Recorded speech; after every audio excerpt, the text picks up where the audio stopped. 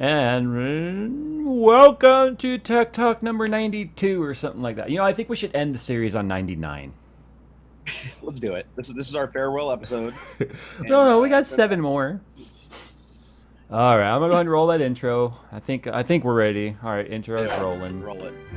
I think it's rolling. Welcome to Tech Talk 92, where we're half an hour late, but it looks like we're half an hour early because Jay set the time wrong on the screen. Welcome. Oh, man.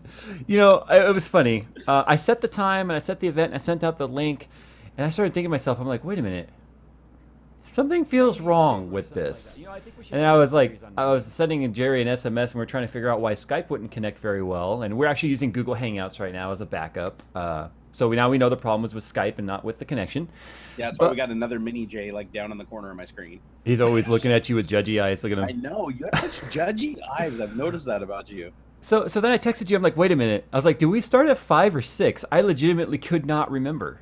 And then I was like on the spot. Like I forgot when you asked me. I don't know. I thought it was 5. This is like 5. This is what happens when you have, like, I don't know, people expect professionalism out of you, but you really are not a professional person. We're just old, dude. I think we just need to come to grips to it that we're actually getting old. Yeah, and your feed froze again. So we are dealing with some connection issues here a little bit. Not sure what's up. Pretty sure we're not being DDoSed. No, there's some connection issue between Jay and I because we've had this happen before. Yeah. And it even happens when we try to use VPNs or link aggregation and all that stuff. So, but I called somebody else that wasn't Jay on Skype and it's like perfect connection, perfect video, everything. So there's got to be like just a fudged up router that we get shoved through every once in a while. How dare you call someone that is not me?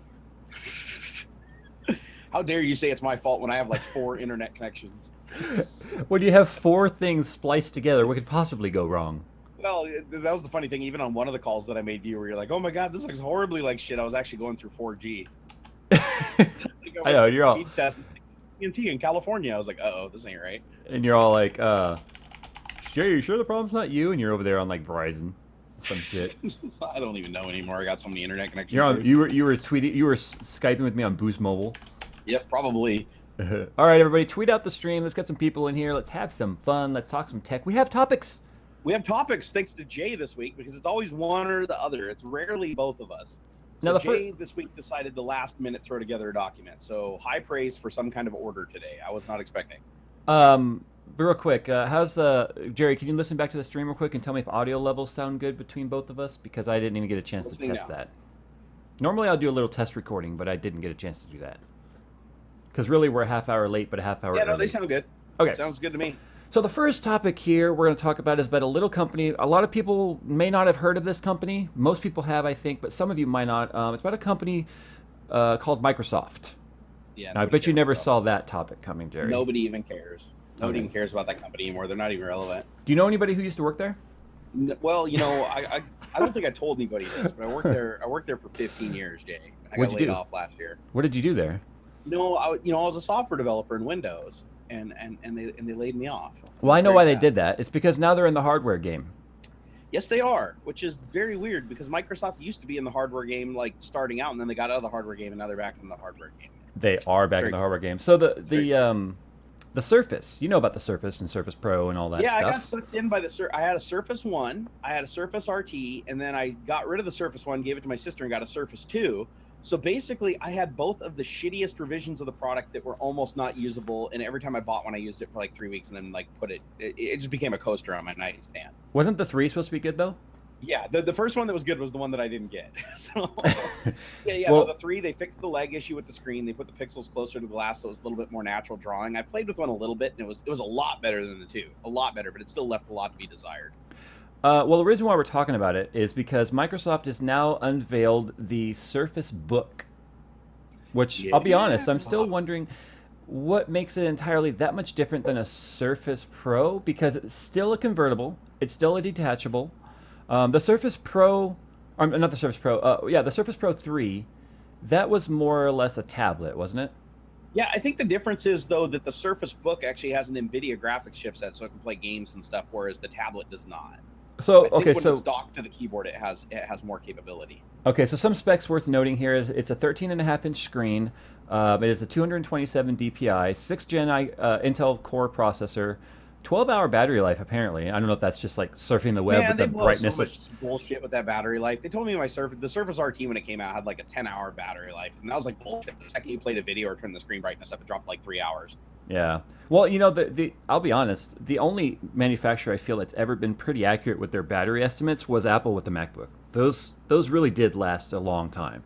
Well, yeah, if you saw the inside of the damn things, they're just a battery.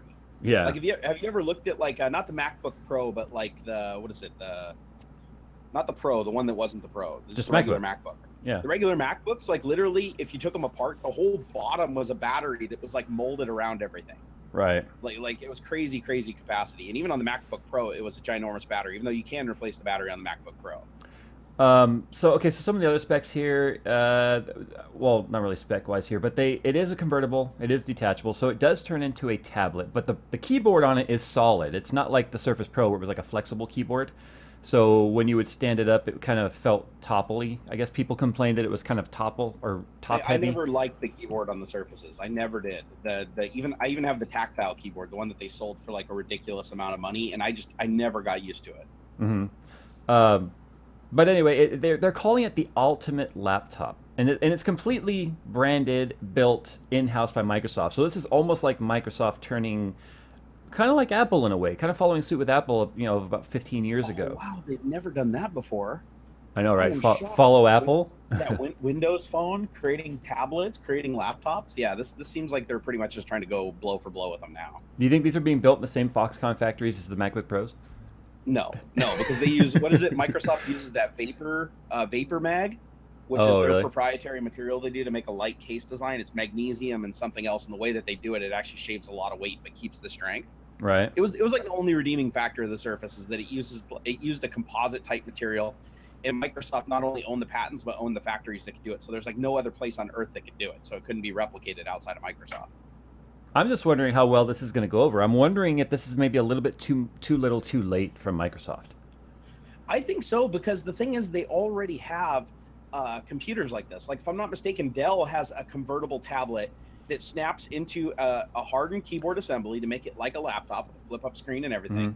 Mm-hmm. Sure, it's probably not going to have the same capabilities of this because this just came out, and it's not going to have the stylus. That's one thing that they've done a lot of work on the Surface. Like the Surface Generation 3, the stylus experience had a lot less lag. Still had lag though, and that's what really I think is going to sell this thing, is if they actually got a one-to-one legless experience on the pen, and they've got pressure and angle detection on it, like a tablet. Which, I mean, they had that on the Surface 3, so obviously they'd have it on the Surface 4. I think it'll be good.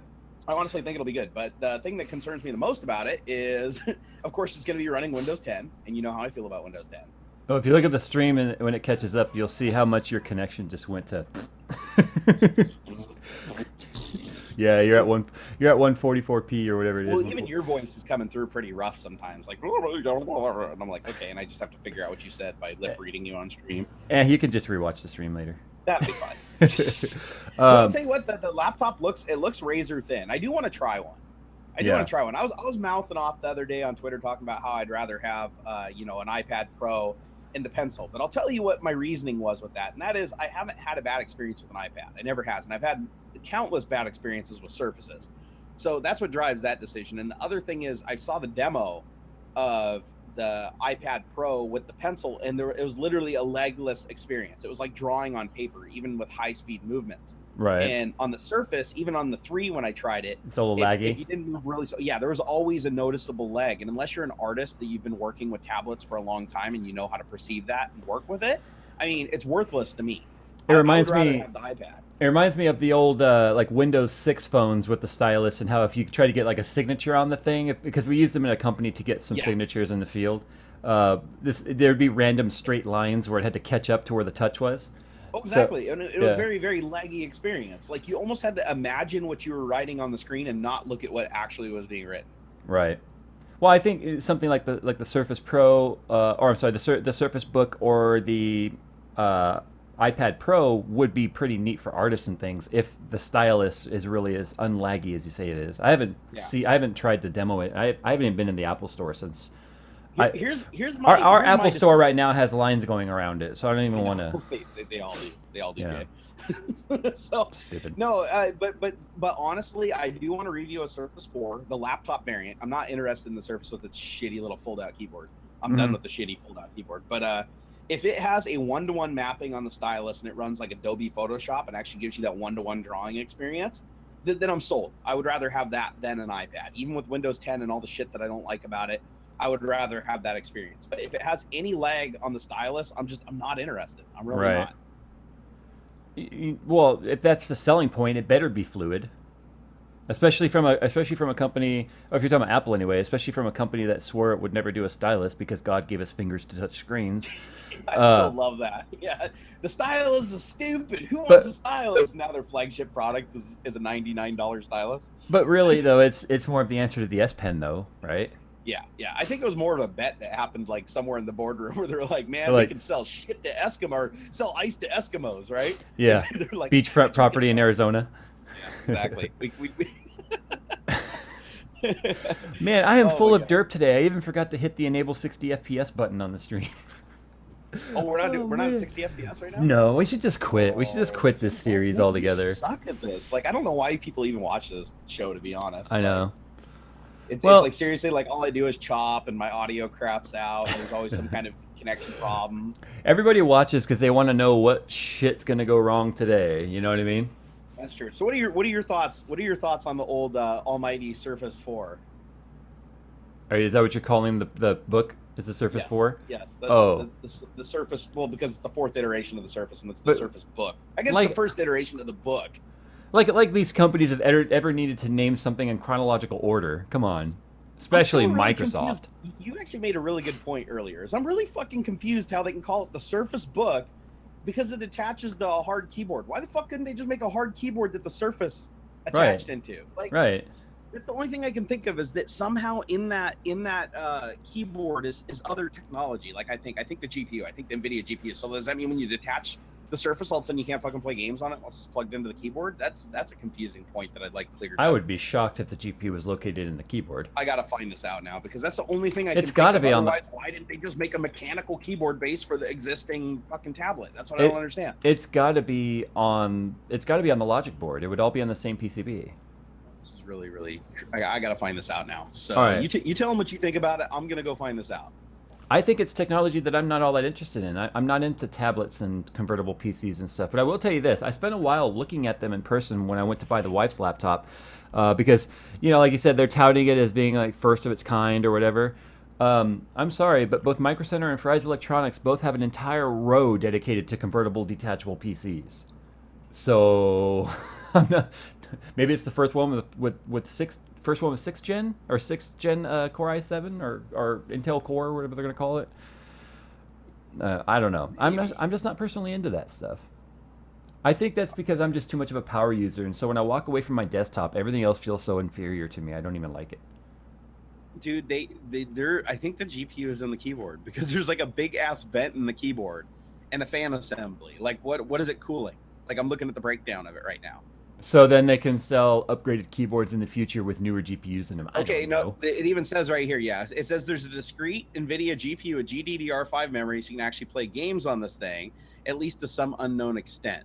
The Surface Book all-metal enclosure and sleek design backlit keyboard features keys 1.6 millimeter of travel.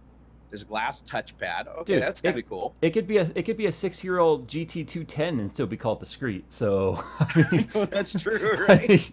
it doesn't really say much for it. If it was really Damn that, it, discrete. if it was really that nice of a GPU, they'd put the number on it. Unless like everything else, it might have a range of GPU. But then I don't know how many SKUs are you gonna have. No, there's no way. I'm looking at the keyword. There's no way there's a GPU with the keyboard. There's just no way. So it's got to be in the unit, which also begs the question: why the hell didn't they just put an NVIDIA GPU in the actual tablet itself? I mean, maybe that's the differentiating factor between the Surface and the Surface Book, because the Surface Book is like, Well, it'll depend on how long it's been in development too. Because let's say it takes 2 years or 2.5 years to develop this. So the Surface Pro 3 came out in 2014, right? yep. And so maybe they started developing it around 2012. Well, GPUs around 2012 were way more power hungry and required much more cooling requirements than today. So maybe the technology during development didn't allow for it. Oh wow. Okay, so here I've got a little. This I think this will give us a little clarification. So I've got the Surface Book Hey, compared to a hey, MacBook Pro. hold on. Tyler Johnson in chat is saying the GPU is in the keyboard along with an extra battery. Is it really? That's what he's Oh my saying. fucking god! Seriously? So your battery life is also going to be shit without the keyboard attached. Oh my god. Okay, so I'll give it to him for somewhat ingenuity there. I mean, I'm not gonna say it was smart ingenuity, but still, at least they. So let's be fair and say they didn't reinvent the Surface Pro at all. They just made a keyboard with it, a new keyboard with stuff in the keyboard. Yeah, it's like buying two Surface Pros and duct taping them together, basically. All right, so just to give you an idea of the Surface Book versus the MacBook Pro, if you go to the top end of the price spectrum, they're the exact same price. Microsoft matched the MacBook Pro at $26.99. For this is the highest featured SKU of it. But it does have a higher resolution screen. It's a 3000 by 2000 pixel display, which is a very strange resolution. Have you ever heard of that resolution? Say it again. 3000 by 2000 pixels. It's definitely not a 16 by 9. That's a really strange No, resolution. actually, I guess it is. I guess it's somewhere between 1440 and 4K. Yeah, why would they go? Who makes that panel? Is that another in-house? Is that an in-house panel? I don't know, but maybe it's amazing business practice where the company was like, yeah, we'll make your panel for you, but it's got to be this proprietary size, and we're the only one that can supply it. Does that seem possible? 5 RAM. That seems very low for gaming. You completely froze. I didn't hear what you said. Oh no, it says it has NVIDIA GeForce graphics with 1 gigabyte of GDDR5 RAM. Doesn't 1 gigabyte of video RAM on a display that high resolution seem kind of pointless? I don't know. Let me look up the specs for the NVIDIA GT210. I mean, I don't know, right? Even if it's a fast GeForce processor, it's only got 1 gig of RAM for a 3000 by 2000 The pixel display. The NVIDIA GT210 does have 1 gigabyte of RAM, but it's also GDDR3. Okay, fast RAM. It's probably gonna be like well, I mean GDDR5 is not exactly that new, but yeah, the GT610 does have 1 gigabyte of GDDR. No, that's 3 also. I want to see. Yeah, because I was gonna say, dude, 1 gigabyte. That's like that's old, man. Like, when was the last time there was a 1 gig card? Well, they're gonna be M versions of the G. Okay, bottom line is you're not gonna be playing games on like blazing speeds. That's for sure. But it just seems weird to me that they would put that high resolution screen on it and not kick a little bit more memory towards the GPU. That's just me. No, but storage wise. But let's talk about the non-matching optimization here, where you put a big ass resolution like 3000 by 2000 and then couple it with 1 gigabyte of VRAM and call it a gaming machine. Right. So when you look at games now, what does it say when it says graphics? Like more often than not, it'll say on the box like how much video RAM it recommends. Right. Because they know the textures are big, right? I mean, it's all about textures and detail. Right. So, I'm wondering. They call it discrete, so it can't be an APU, and it's got Intel in there. I don't know. It's discrete. Hey, all you need to know is it's discrete, because that's the only way they could stuff it in the fucking keyboard and have the tablet still work when you ripped it off. Speaking of gaming, what is that transition like too? Does that mean if you're playing a game and it's handed off to the discrete GPU and somebody comes by and accidentally rips the keyboard off, or you bump the keyboard and it disconnects from the tablet, does that mean what kind of shit show ensues when the graphics card just disappears? Probably like a rip in the space-time continuum. The space-time vortex opens up and like Godzilla rips you out. I don't know. Speaking of gaming, Star Wars Battlefront went to open beta today, but it's only in open beta for 4 days. So if you guys want to try out Battlefront, I was streaming it before Tech Talk. It's fun, incredibly unbalanced, but fun. I heard that it's. A friend of mine referred to it as very Halo-like. I haven't played it yet. But Halo-like does not scream Battlefield, and like I thought when I looked at it, like when I've been watching the footage going around, that it looked like a rebranded like Battlefield 4. You know, like I told you in Skype before this, it's sharing. Okay, so DICE was involved with this, and it's sharing the same like engine that Battlefield 4 was using with enhancements to it. Right. The environment is absolutely beautiful. The sounds. I'm never disappointed with something Star Wars like from the old school LucasArts or EA now, whatever. I've never been disappointed in a Star Wars game. The sounds are always so freaking rich, and Jerry, we need to play it because it's good though. You would say that even as a beta that's free and open to the public with just online playing capabilities, you felt like it's a good game. I feel like it's a game that I'm going to buy. Okay, no, I mean that speaks volumes, right? Because we played a lot of shit that we really didn't want to buy.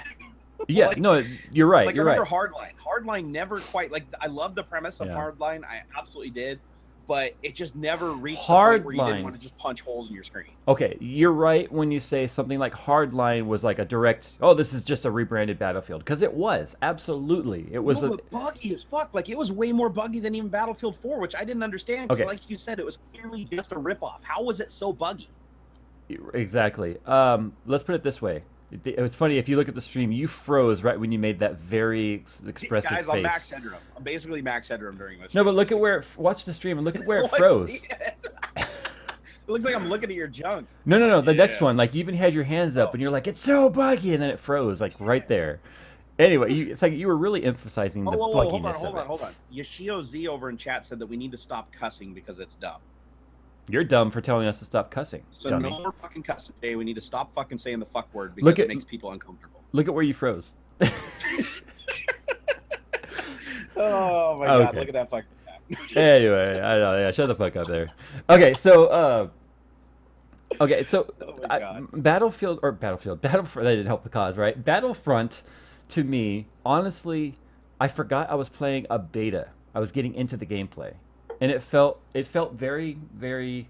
I felt like I was playing in Star Wars. In fact, It looked polished, right? I mean, it's very shiny. The aiming. you're not the first person to complain about that, by the way. I've been seeing quite a few tweets about it. I do feel like the aiming's a little sporadic. But then again, if you're a stormtrooper, you're not meant to hit the broadside of a barn anyway. So what you're basically saying is they nailed it. Like, Yeah. they actually nailed it, because if the guns were accurate, it would have totally just thrown away the whole Star Wars like conspiracy around. So I was playing, and this guy was right in front of me, and I like traced him with my blaster. I was like, like around him, and then I died, and I was like, huh, just like the movie. Which begs the question. This is something that I've always just thought about when I watch Star Wars. I always see these weapons that they use that shoot lights, right? They're like photonic kind of weapons, and they have recoil. Real Where's quick, that our recoil coming from? Real quick, our chat has just gone to completely potty mouth city. Oh, has it really? Did we just incite a riot of fuckery? Yeah, look at it. Of course we're gonna cuss on the show. It's tech talk, and language and technology go together hand in hand. Yeah, how many times have you guys ever been working on something like building a computer or soldering or whatever, and you make a mistake? What do you say? Fuck. Yeah, you don't go fudge or frack. Well, if Dang you're a it. nerd, you say frack, but Gosh darn it. what was it? Oh my god, I gotta look something up now. Somebody on here, let me see. You know Blonde Nerd? So blondenerd.com, she's a personal friend of mine, and she posted something today that I laughed so hard at. She was like playing a game with somebody, and they were playing Mario Brothers. Here it is. I just found it. So playing Mario Brothers, and the person and the person who's playing Mario Brothers, I think it's like her dad or something like that. He's sitting there playing. He falls off the thing, and he literally says word for word, "I cock fuck, goddamn bitch, son of a." And then he just stops. He doesn't say anything else after that. And I was literally just like, "Whoa." I had to tell you guys about that, because you know when you play a game and something happens for like the 20th time, and you were just so ready to just kick that controller. I was getting very into your story. You can tell by the stream. I hate you, dude. I don't even look at the stream anymore because it just completely like kills me. But anyway, so Battlefront seems good. I just downloaded it. I haven't played it yet. But it's only the open beta is only for 4 days, and it's supposed to launch like next month, like November, I believe. Well, that's nice. Unlike Hardline again, which like came out and they gave us what was an open beta, and then they almost didn't ship it. So the beta has 2 maps that you can play. Each map is a different play type, 2 different playing modes. I can't remember the name of the modes. But the first mode's like you have to capture and then defend different escape pods.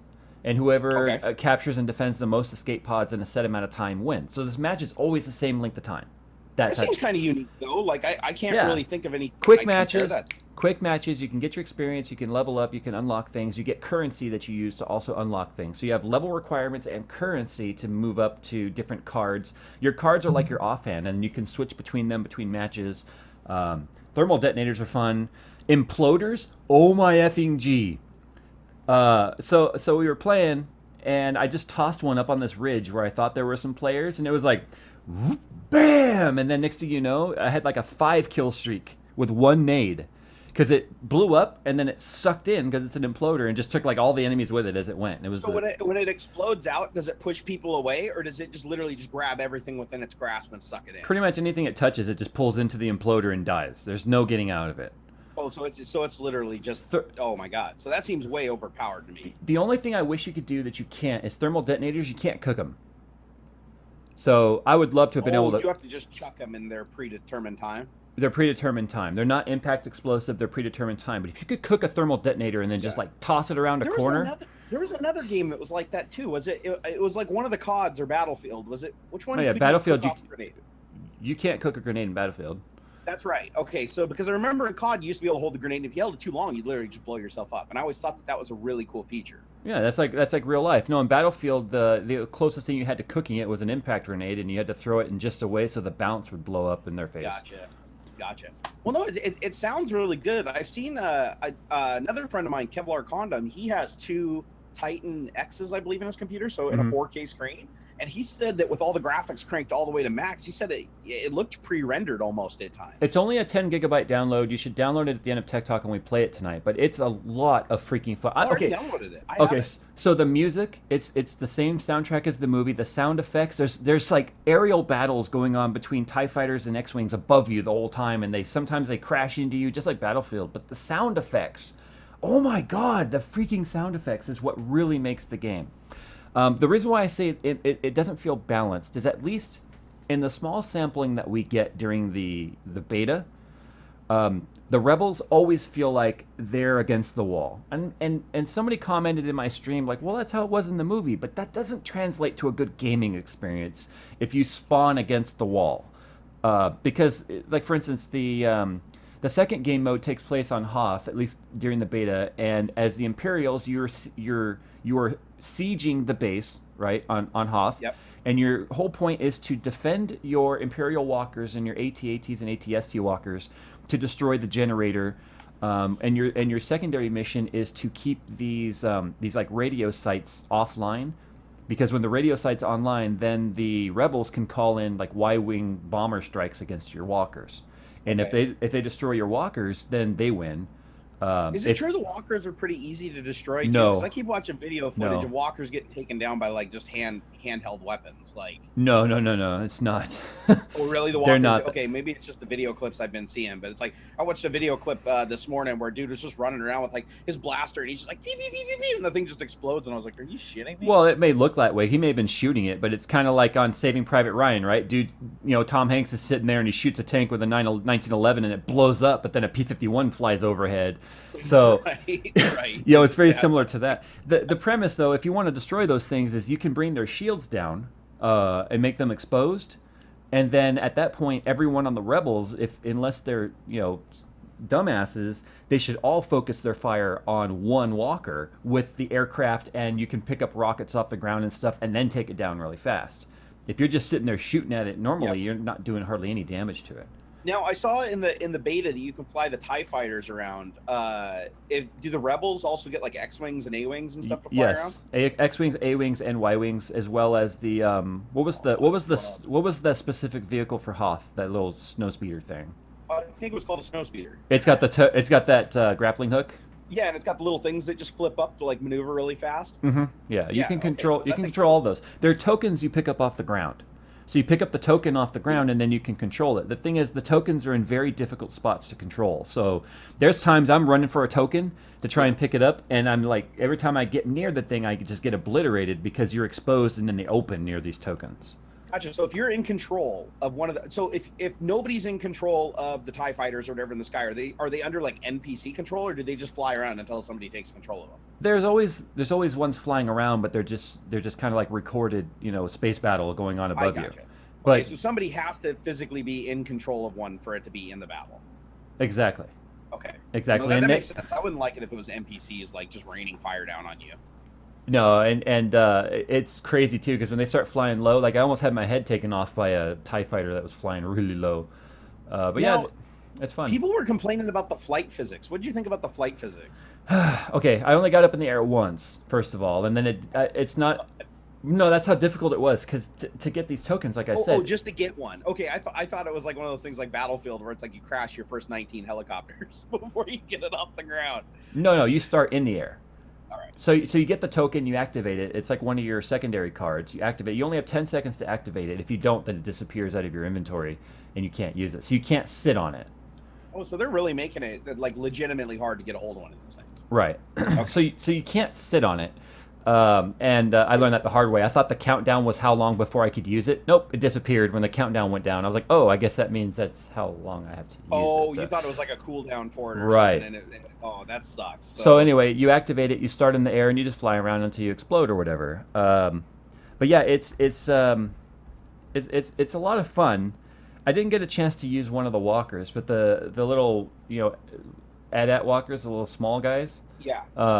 They're pretty maneuverable and they can sure as hell deal a beating because their lasers have splash damage. So if you're hiding behind a rock or something, they can still kill you by shooting. It doesn't have next two to it. sets of weapons on it because I saw a video where they were transitioning between two firing positions and one looked like it was different from the other. I never got inside one. I just kept getting killed by them. Okay, gotcha. But yeah, so when we were playing the capture and defend mode, it didn't seem to matter whether or not I was Rebel or Imperial. It felt pretty balanced. But the Hoth mission, yeah, goddamn, it felt like the Rebels were just constantly being obliterated. Well, we know that's why they do these open betas, though, right? Is not only to figure out all the networking stuff, but it's like if their stats say that the Rebels are losing 9 out of 10 times, they know they've got a severe balance issue, right?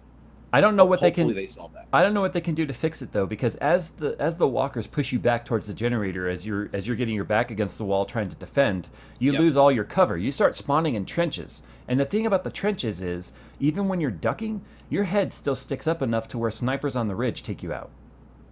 Oh, that's bullshit. They need to fix that. If it's legitimately a trench, I mean, the whole point of a trench is to be able to get out of fire. Yeah, no, even the trenches, like you're getting hit from the sides and you're getting hit from them because the trenches are in a valley. So they're looking down on you. Almost. Yes. That's fucked up. Okay, no, they need that. That's like level change proportion there. Also, it sounds to me like they need to weaken the walkers a little bit too. The Imperial walkers, not so much, but the smaller ones, maybe. The smaller ones felt like they were a bit more difficult to take down. If you get a smart rocket, then yeah, you can take away like half its damage pretty quickly. So can you play as an Ewok and just go hit him in the legs with sticks and knock him down? I know, right? I just want to play as a Jawa and do nothing but make money by selling everyone weaponry and salvaged droids. Or the bounty hunter. Every time somebody shoots at you, you just activate your rocket pack and disappear. The other thing too is you can also, for a short amount of time, control Luke Skywalker if you're a rebel, or Darth Vader as an Imperial. Oh, now, I heard about that. The whole heroes thing. Right. Now I want to say that Luke Skywalker feels incredibly weak compared to Darth Vader. Luke Skywalker walks around with his lightsaber and just starts slicing shit up. Darth Vader will freaking like force grab you and choke you and throw you around, and no matter if you see Darth Vader in your vicinity, you are fucked. That's it. Well, let's be honest, that is kind of true to the movies, though, right? I mean, that's what I said in the stream. I was like, well, I guess it makes sense because at this point in the saga, he wasn't full powered yet. Like Luke Skywalker still wasn't full power, so it makes sense that he would just be walking around with his lightsaber and Darth Vader. I've been killed quite a few times by Darth Vader with his lightsaber, but most of the time I'm killed by him, it's a force choke. Yep, and like even with Luke, let's be honest, in the movie, if Luke hadn't have appealed to Darth Vader's sensitive side, being his dad, he would have killed him. Like he's chopping his hands off and like getting ready to like throw him down in the freaking Death Star core. I mean, he probably wouldn't have survived that if he hadn't have been like, Dad, don't kill me. Remember the fishing that we did back on Hoth? Come on. Yeah. You lovers me, don't kill me, Dad. So that's the way I see it. I think that fucks with the balance of the game like severely, but at the same time, I think it's accurate to the movie. I'm Batman in chat says Vader is OP. He did feel pretty strong. He can take quite the beating and not. I mean, I have seen Vader walk around a corner, and then like 15 rebels literally surrounded him and just started blasting him. He died pretty quickly, but I mean, there's also a point where he can do a lightsaber throw at you. So you're running away from him, and he's just like, throws a lightsaber at you. Control him? Do you get to do all those things too? You're controlling all of those moves. Like when you're controlling, you can throw the lightsaber and do the force choke and everything. When you're playing as him, you're him. You're controlling him. Oh God, please tell me there's a mode where you can just be like Vaders versus Skywalkers or I something. know. That'd be awesome. know, Like right? everybody's a Vader. It's just Vaders on Vaders, different color, blue versus red or something. That would be awesome. My street says this is spoilers. No, it's not. We're talking about the game features. Yeah, these are game features. It's a game review. We're not talking about the movie, bro. Or unless he Um, thinks we're talking about the old movies and you never saw it, which in your case, that's pretty pathetic because it's been what, like a I'm lot sorry, of but if a years? movie's been out 30 years, it's no Yeah. longer spoiler territory. Yeah, it's a spoiler alert. You need to get to the movies more. If you want a real spoiler alert, how about this? Jar Jar Binks is completely the best character of all. No. I saw a picture somebody put online of Jar Jar Binks encased in carbonite, and everyone was like, "This is the way it should have went down." Speaking of op characters, how about we move on to talking about Apple removing shit that people paid money for? Okay, so let me put this article up on the screen here. Hold Yep, on. let's hear it. Pushing a button. All right, so we're gonna Because talk I about feel like we bashed Microsoft a little. We need to bash Apple a little just to kind of balance her out. So this is actually being brought to us by Eurogamer.net. How do I do this here? Go to left desktop. Okay, so you guys can tell what I've been searching for a lot as my cookies there are showing tire rack and it's scrolling through tires on the sidebar. Anyway, I'm glad it wasn't showing like porn. That would I'm be glad it bad. wasn't like AdamandEve.com. Oh my god. So anyway, if you buy this Trojan's vibrations, you get an extra set of batteries. All right, Yay. we could talk about that. That's technology. It's a That's device. true. Actually, we can. I mean, like, actually, I just saw an article. What was it the other day about? Like they made a really technologically advanced one or something like that, where it's like all motorized and there's like belts and shit in it and everything. And I was like, whoa, Right. there's a market for that. Okay, so this story says that Apple is removing games from people's purchase history, but if I dug into this a little bit more, and I'm showing the Eurogamer.net blog where they talked about it, and I don't feel like their perspective on this is very fair. Apple did comment and say that they are not the ones removing them from the Apple Store or the App Store from download history. Apple has a policy that if something is not available in the store, it's not available for re-download. So if a developer goes in and takes an app out of the store, it's no longer being able to be downloaded in purchase I'm going to be history. honest though. I'm going to call total bullshit on that.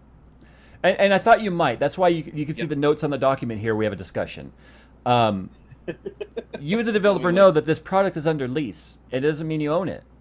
So how do you navigate this? Do you keep a product that's no longer available in an app history, or does it age and expire like games like Battlefield 2, where all the servers were taken offline and now you get a very stripped down version of the game that you once owned? Okay, so just to be fair, as long as it's upfront and stated, and I'm not talking about buried on page 93 of the EULA that nobody reads.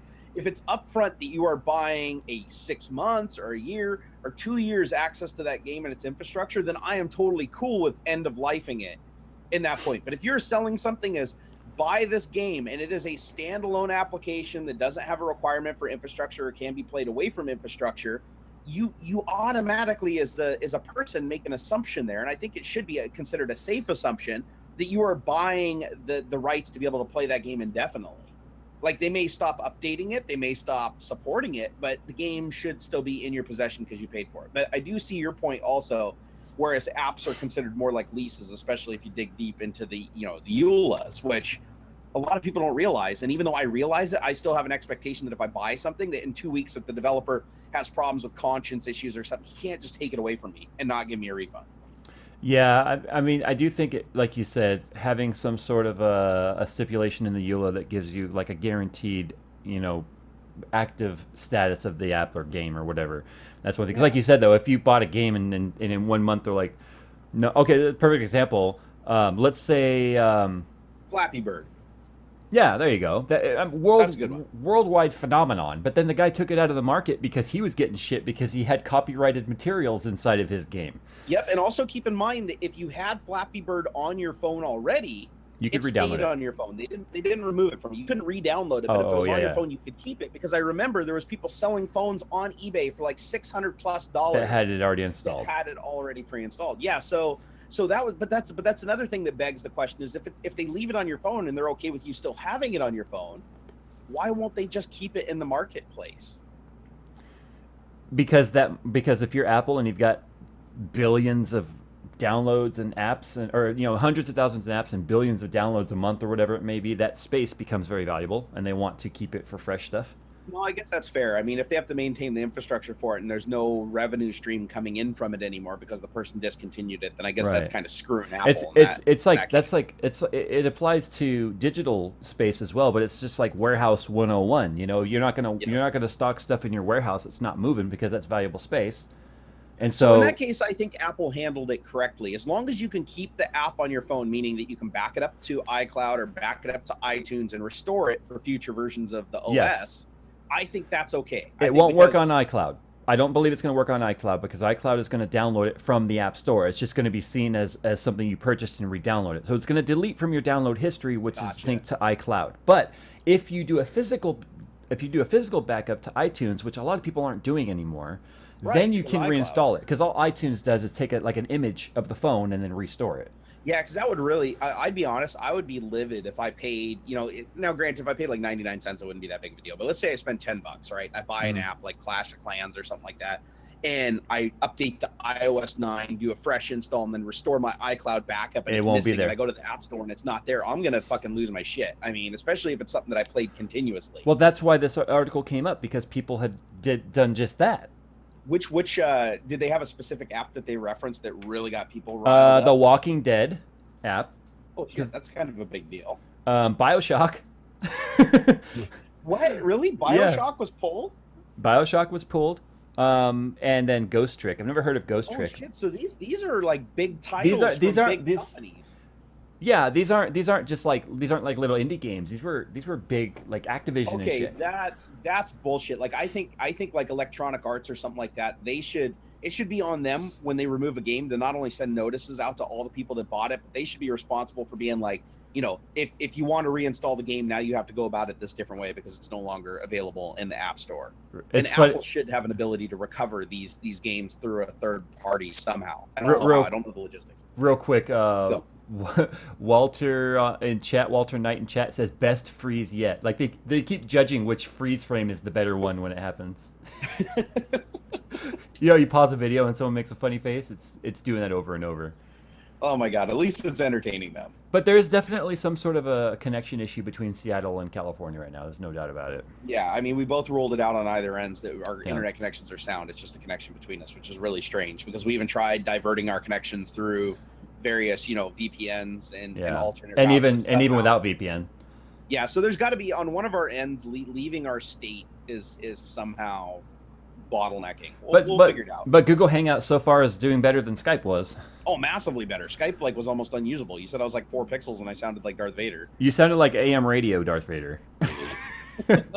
1940s AM radio. So what do you think, Jay? I mean, do we both agree on this that it's kind of bullshit that because they pulled the game you can't recover it? I do think it's bullshit for one example. I didn't put it in the chat or in the notes, but I did think of this. Is I have a game on my Steam account. Now I'm about to have my 12 year. I think I just got my 12-year badge on Steam. So I've been on Steam for a while.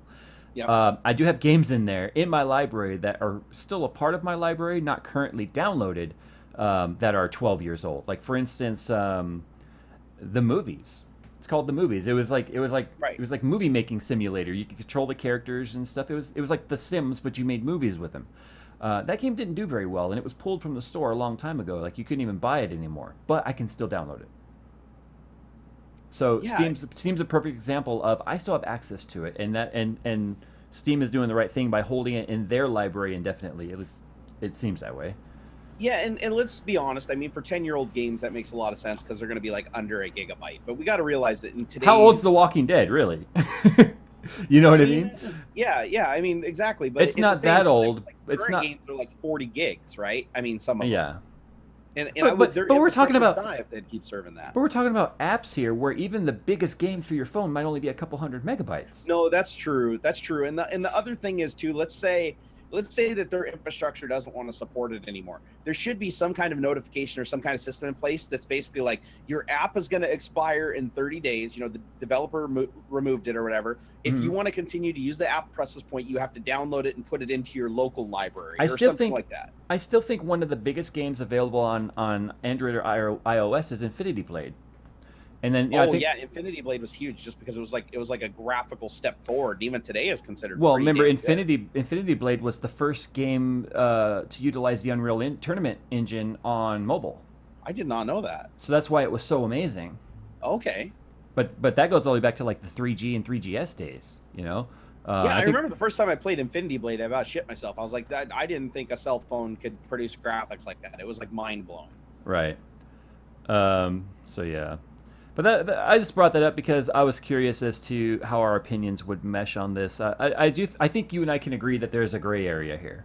No, there's totally a gray area because if a developer just pulls out, obviously, he can't just leave Apple holding the bag for the next 150 years to serve up his, buy my diamond for $999 app. It's like, Yeah.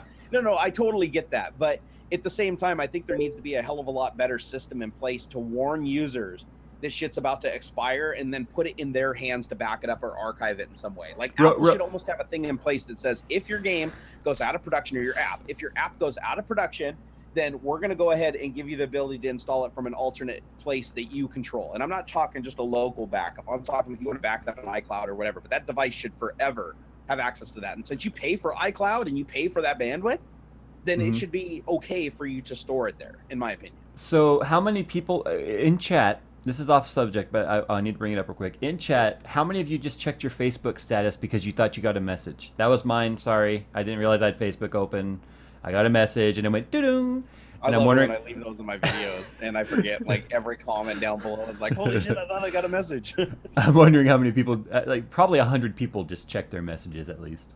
Oh my God, the power we have, Jay, the power. I know, the troll power. All right, so the last topic I have before we move into crowdsourcing some topics here and talking about what the audience wants is SAG-AFTRA. Now, I brought this up because you and I talked about this probably 10 episodes ago, where voice actors were at disagreements with the studios who develop these games. Because as you know, as games have developed to become more popular, you started getting some big-name voice actors, right? Oh, huge, yeah.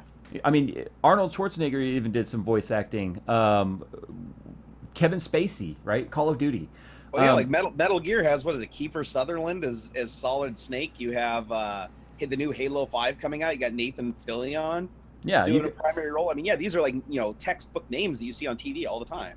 So we talked about quite a few weeks ago that there were a disagreement about whether or not these voice actors were getting a raw deal. And I remember one of my stances at the time was, well, these guys see a contract in front of them. They agree to the contract. If they feel like they're being underpaid, then don't accept the contract and go look for work for somewhere else. I don't think it's right to accept the contract and then later be like, nope, I'm being underpaid.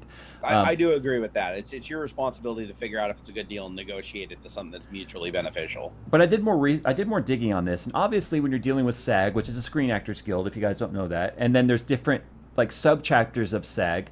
Like, for instance, here we're dealing with AFTRA, which stands for the American Federation of Television and Radio Artists. I guess gaming is a part of the same union. I'm not sure. It doesn't say gaming on there. It says television and radio. Yeah. But anyway, so that's the governing union or governing body for this union that these voice actors belong to. So they have been in talks with EA and Activision and other I call them studios because they really are studios now, gaming studios and distributors and whatnot. They have had failed discussions and contract negotiations going on since February. And one of the things that has happened this week is that SAG-AFTRA, they put it to a vote to the union, and you need 75% vote approval to authorize a strike, or a work stoppage, as they call it now. So it sounds less, detrimental than strike. Okay. So they put it to a vote. 96.5% of union voters came to the decision of a work stoppage. So obviously, it makes you kind of wonder who the other 3.5% were. That's like, no, I don't want more money. but anyway, so they didn't get the memo. Like their agents didn't even tell them about this. They didn't even vote. Yeah. Okay, so this doesn't mean there's going to be a strike. What it means is that the union has authorized a strike if they don't come to an agreement. Now, I started wondering what some of these agreements were. And I don't belong to a union. I've never belonged to a union. I'm sure there's union people in here, and I understand the purpose of a union. But I don't know where the greed starts and stops. So I'm going to kind of give you some figures here on both sides of the fence.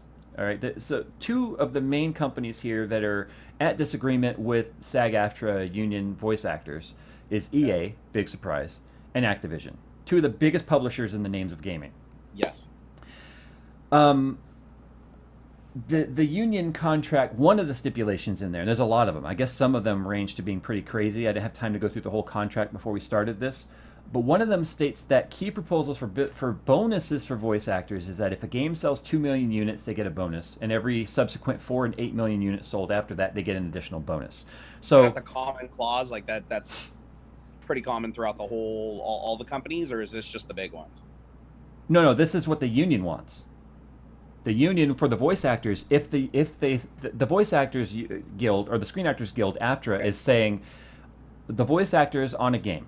Let's say they're part of the union, and let's say it's Call of Duty 3, Modern Warfare 4, or whatever it is. Okay, let's say the game sells 2 million units. There's a written stipulation that the actors get a bonus. If it sells 4 million units, they get another bonus. If it sells 8 million units, then they get another bonus, and so on and so on. That doesn't seem unfair to me necessarily. Where, as developers, I know there's bonuses in place for developers if it performs well, and if it doesn't, there's no bonus. So that doesn't bother me a whole lot. But it's very similar to how like royalties work too, right? I mean, if something's incredibly famous, you make a lot more money off of it. Royalties, I believe, you sort of get something regardless, like no matter what. Like it's like, okay, this station played this song. There's a royalty. So this is like a bonus on top of the royalties and on top of your base pay, whatever they're paying you to, per hour, per contract or whatever. Right. Okay. So what SAG-AFTRA is using as our bargain or an arguing tool here is that when the publishers are pushing back saying no, these bonuses are too much, well, the Activision's chief operating officer received a $3.9 million bonus last year. $3.9 million bonus. I wonder what his base pay is, first of all. And then EA's executive chairman received a $1.5 million bonus last year while they were, fucking everyone else over. We know EA, and most people don't like EA. So it's turning into like another one of the 99 versus 1% thing, in my opinion. So I don't know how I feel about this. So I kind of want to turn it to you to see how you feel. Do you think it's fair for the Screen Actors Guild and AFTRA to agree to doing the work and then threaten to strike later when these companies are pushing back on their new demands? I know this is how it works in any union in any trade, but still. Yeah, no, I mean, I would say no. Like I said, if they knew what they were entitled to going into it, I don't think it's okay for them to just like come back later on and be like, no, we think we're going to change everything. We think we need more. That doesn't make any sense to me. So purely from that aspect, I'm going to call bullshit on that and say that I think that that's actually a pretty dirty thing the union's doing. On the flip side, I think it's a little bit weird that, well, like you said, the companies, they're agreeing to pay the bonuses, right? Are the companies doing that, or is this something new? Is that the new thing they're asking for? These are new proposals. Okay, so beforehand, it was you come and work for us. We're going to pay you this amount of money. You're going to do your job, and then bugger off. And now let me paint the picture of the scenario we're in right now. I probably didn't do a very good job of that. These actors, a lot of them, they work while negotiations are still going on. So it's a new. That I didn't know. Okay. Right. So they could be like before development is completed on a game or a movie or whatever, a contract can expire and then go under negotiations in mid-filming. And then the negotiations can break down mid-filming, which is where the fine, I'm not going to work on this movie anymore happens. So that's kind of where we are right now. Projects are mid-project. Negotiations are breaking down, so the actors are going, fine, we're just not going to work. Okay. So the developers and the publishers are left in the spot of they can't complete the projects for their investors because the actors or whatever are going to walk off the job because... So it's almost a hostage situation. That's kind of the way unions have always been, though. And I know that just pissed some people off, but I know people who work in the Carpenters Guild and some other trades out here.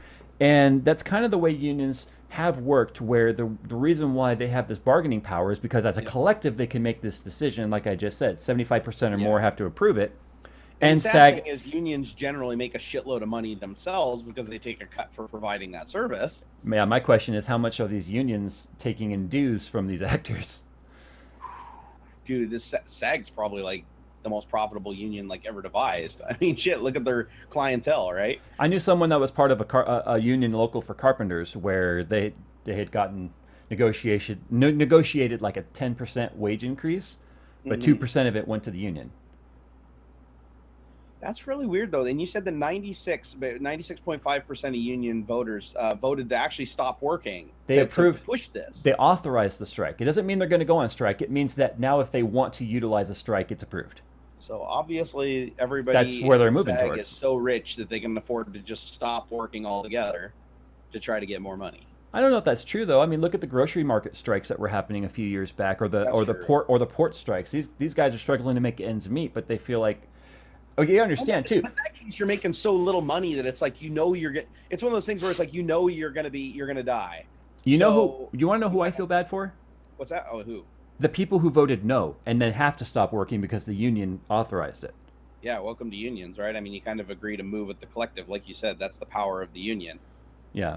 The thing is, I don't necessarily disagree. Like, if the terms were being negotiated in the beginning, and this was like a fresh deal, right? This was a fresh contract.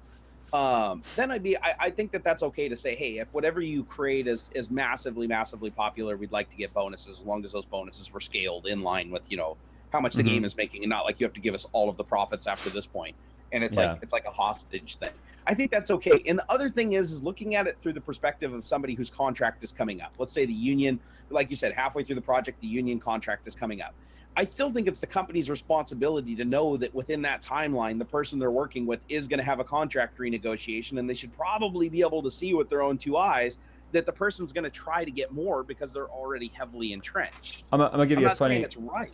Huh? Yeah, and I'm not saying unions are bad, but the unions can be bad if the union gets greedy. If the union board gets greedy, because remember the people who work for the union, they Yeah. make money off the income they take from the union members and the dues Right. and all that Exactly. stuff.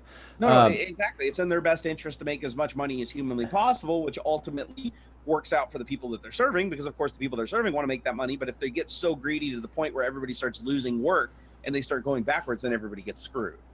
right, but then again, a lot of the times, the unions, people who work for a union tend to make more, which also costs more for a lot of these companies, which also leads to inflation. So So there's good again, and bad. yeah. Um, So there's another big gray area, basically, just like we had on the last topic. But I guess if I had to pick a side, I would say that it's pretty screwed up to renegotiate a contract halfway through something. I know that that's how it works. The problem is we don't know what they were already making and the full extent of their demands either. They could be completely unrealistic demands. That's true. That's true. It's I guess like, we don't really have enough information here. I mean, it could be like some of these screen actors, right? The actual SAG. We're talking like actors on TV and movies and Yep. stuff. They're like, I don't want to make $10 million on this movie. I want to make $15 million on this movie. It's like, well, you know what? Yeah. I'm sorry, but when a sports athlete, let's say the NFL strike. Okay, I'm so sorry. Your $40 million contract for playing a sport fell through. I'm over here, having to go to the 99-cent store to pay for bread sometimes. It's like, I don't feel bad for you. I'm sorry. Go catch a football and do it for fun. I'm sorry if I Yeah. feel that way. But And some. Oh, sorry. Go ahead. but again, I think what might be happening here, and some of the argument that I was reading in this, in not the article, but in the contract, was that as the market for these games grew and these games started bringing in millions, um, the level of income and the level of value of the voice actors was not growing in a reasonable ratio to the market income. So where a lot of the profits started going was to these CEOs and stuff like that. Yeah, and ultimately, I guess if you want to get down to just like the bitter truth of it, is everybody's worth how much they can get, right? Exactly. I mean that's what it comes down to. So SAG obviously, controls a massive amount of talent and enough to actually be able to make demands like this and actually get them. Hmm. I mean, otherwise they wouldn't be trying it, right? It wouldn't be beneficial to the union to go on strike unless they knew that ultimately they would get their demands met or come out with something better than what they had before. Jason Hughes in chat made a very good point. He's all bullshit. 40 million to be paid the rest of your life. And you know what really bugs me is when an athlete gets released from their contract and then they get paid the remainder of their contract up front. So it's like point guard in NBA or whatever, whoever makes, let's say they have a 10-year contract at 40 Yep. million. So that's $4 million a year. Okay. Yep.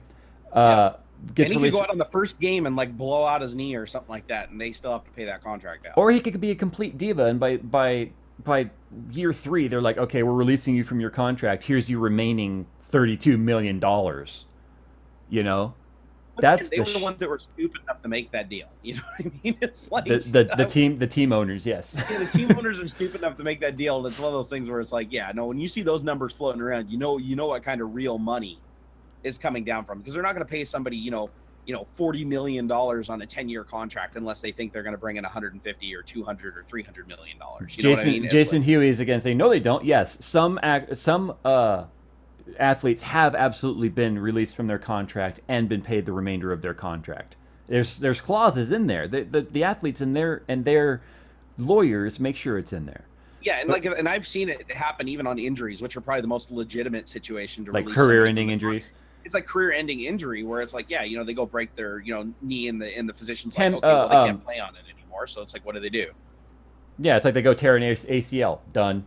Yeah, it's like they can't go play for another team or go get another contract somewhere. So it's like the whole reason they went into that contract was knowing that they would be taken care of no matter what, and they're going to play as hard as humanly possible, right? Because if they have to watch out for themselves and worry about a career-ending injury, they're probably not going to play at 110%. You know what I mean? So why does this even matter? Well, because it's affecting the gaming industry now. We might be seeing some shakeup amongst the games. I don't know about you, but I've never personally cared if a game had a professional voice actor in it. In fact, to me, it almost took away from the game a little bit. Like, oh, that's Kevin Spacey. They even modeled Kevin Spacey. I don't need Kevin Spacey's digital actor in there. Like Kiefer Sutherland voicing Solid Snake in Metal Gear 5. I actually thought that was pretty cool because I predominantly see him is the guy from 24, Jack Bauer, right? So it's like, okay, I still think of him as the guy from Lost Boys. Sure, I guess you think of him from Lost Boys. You can tell I'm an 80s kid.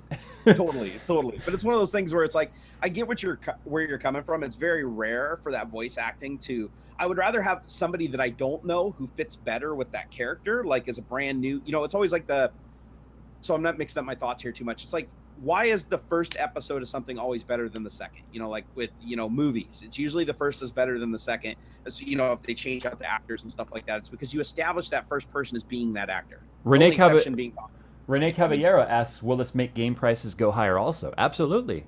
Oh yeah, because if it costs the publishers more, they don't eat the cost; they pass it to the customer.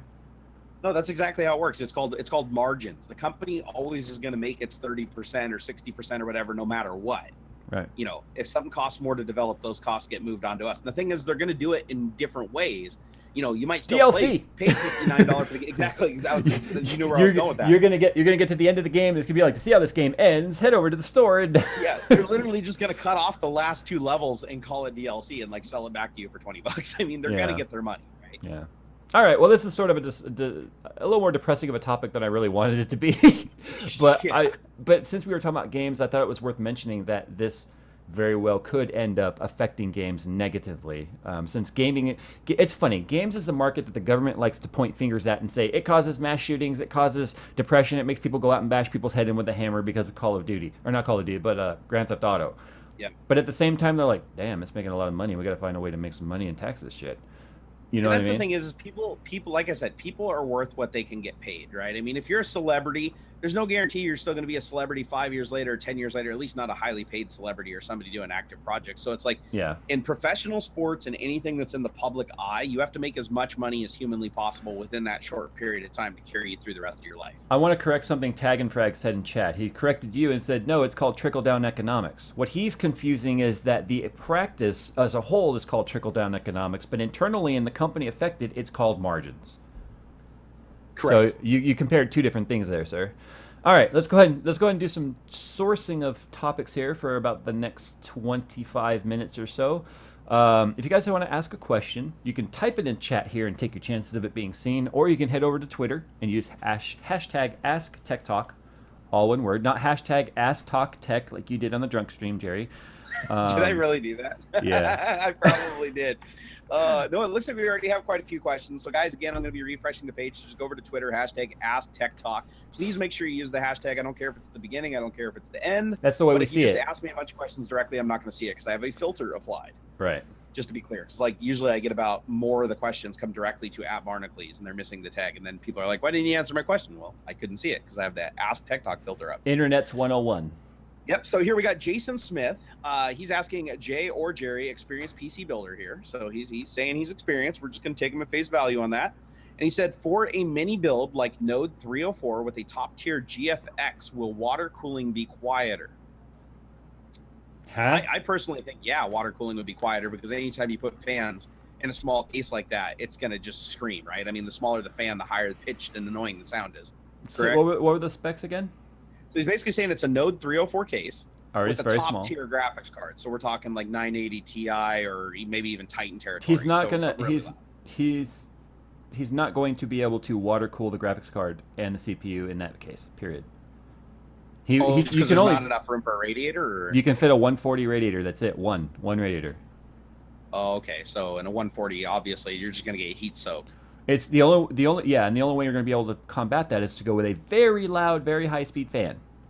Okay, so how about this? What if you did a hybrid solution where he put the CPU on a larger diameter fan and a short profile heatsink, and then just liquid cool the graphics? Can't, because the way it's laid out in the Node 304, the radiator will overhang on top of the CPU and you won't fit a cooler.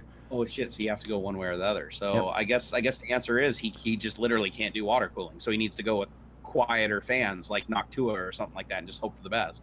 Pretty much. Or but the Node 304 though, you still are going to have to use, not have to, but I recommend a blower style cooler, which is the like the Titan over here.